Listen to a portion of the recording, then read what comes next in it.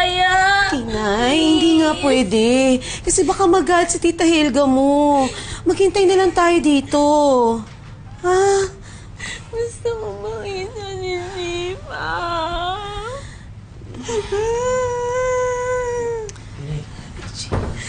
Reggie!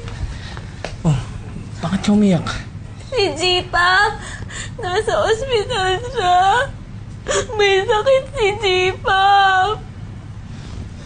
Tito Reggie, gusto pong pumunta ni Nanay sa ospital. Ako din po. Gusto po namin bisitahin ni Nanay si J-Pop. Bakit kaya? Ano nangyari kay Don Miguel? Nakita lang namin yan nag-uusap sa Ma'am Helga saka si Sir Stanley kanina. Tapos, bigla na namin nakita, nakatumba. Yun, bit-bit ni Ma'am Helga. Halos hindi na makapagsalita, saka hindi na makagalaw.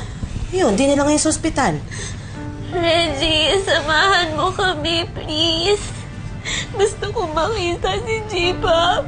Please, Reggie, samahan mo kami sa ospital. Please.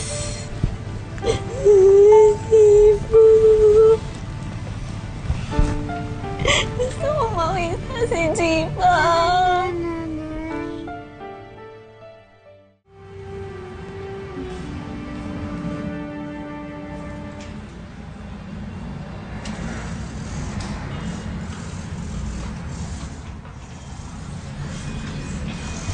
J-Pop!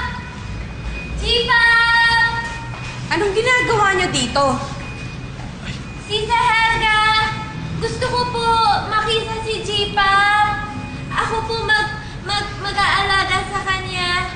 Yaya, bakit dinala niyo pa yan dito? Hindi nga sila pwede dito. Ikaw naman, Reggie, ba't sumama-sama ka pa? Sinamahan ko lang sila para papasokan sila ng guards dito. Ang kukulit ninyo eh. Umuwi na nga kayo. Ayoko po.